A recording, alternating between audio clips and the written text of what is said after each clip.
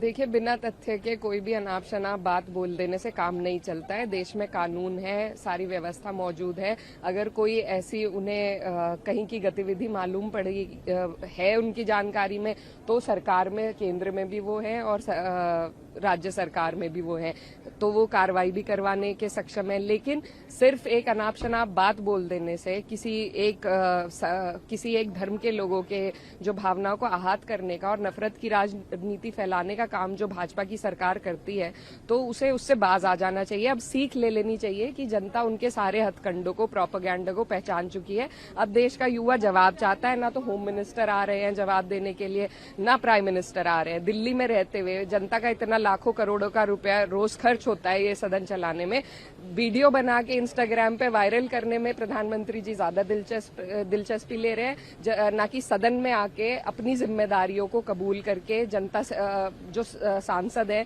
जो विपक्ष है, उसकी बातों का जवाब देके एक संवाद स्थापित करने की जो उनकी जिम्मेदारी है उससे बच रहे हैं। क्या एकला जी, पार्लियामेंट में डेडलॉक की स्थिति बनी हुई है, आप लोग राम मंदिर पर डिस्कशन करना चाहते हैं, स्टूडेंट्स के साथ जो पुलिस कार्रवाई हुई उस पर डिस्कस। देखिए, डेडलॉक की स्थिति बनाई है सरकार ने। जब एक बार सदन चला, जब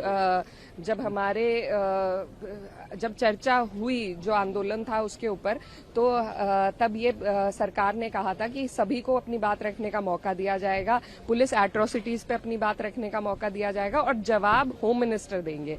अब जब सरकार ही वादा खिलाफी कर रही है, ना तो होम मिनिस्टर ने जवाब दिया, ना एजुकेशन मिनिस्टर ने जवाब दिया, कोई अन्य इधर उधर के मिनिस्टर से जवाब दिलवा दिया गया, ना सबको अपनी बात रखने दी, ना पुलिस एट्रोसिटी पे बात रखने दी, देश के एलओपी को नहीं बोलने दिया। तो सदन तो सरकार नहीं चाहती है, सरकार डर गई है। सरकार को अपनी हैसियत औकात पता देश के युवा ने दिखा दी है, तो ये डर रहे हैं। लेकिन जवाब तो इनसे हम मांगेंगे, हमारी जिम्मेदारी है और जवाब देने के लिए सदन में आना पड़ेगा। देश के होम मिनिस्टर, प्राइम मिनिस्टर यहीं पे है सब दिल्ली में, सदन का पैसा भी खर्च हो रहा है, लेकिन इन लोगों को ना जनता के पैसे से कुछ लेना देना है, ना जनता के मुद्दे से।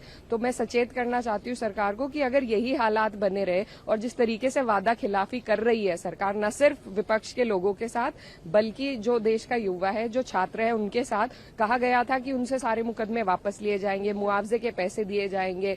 ये लोग 16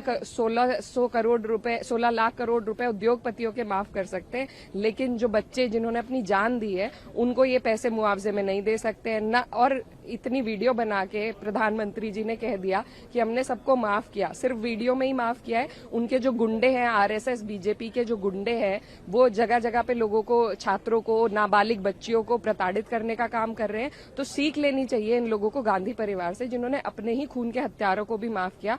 और ये देश के लोकतंत्र में पीआर के लिए वीडियो पे तो कह रहे हैं, लेकिन असल में धरातल पर जिस तरीके से देश के बच्चों को परेशान किया जा रहा है, तो जो बच्चों ने वहां पे लाठी खाई है वो कभी नहीं भूलेंगे और इस सरकार को जवाब देने का काम करेंगे। झारखंड में जिस तरीके से छात्र आंदोलित है, लेकिन उसको लेकर विपक्ष की कोई आवाज नहीं दिखाई पड़ रही है। नहीं, देखिए, विपक्ष तो लगातार आवाज उठा रहा है। हम लोग रोज यहाँ पर नारे लगा रहे हैं, रोज हम कोशिश कर रहे हैं कि किसी तरीके से होम मिनिस्टर आए, अपना जवाब दे, प्राइम मिनिस्टर ही आ जाएं, वो ही जवाब दे दे। लेकिन सरकार जो है वो अंधी बहरी होकर अपनी तानाशाही पर उतरी हुई है। तो विपक्ष का जो काम है, चाहे सड़क पे आने का हो, चाहे सदन में आवाज उठाने का हो, हम लोग लगातार बुलंद कर रहे हैं। आपके राज्य की खबरें, आपके शहर की खबरें सबसे पहले जानने के लिए देखते रहें अमर उजाला। चैनल को सब्सक्राइब जरूर कर लें और पाएं हर अपडेट।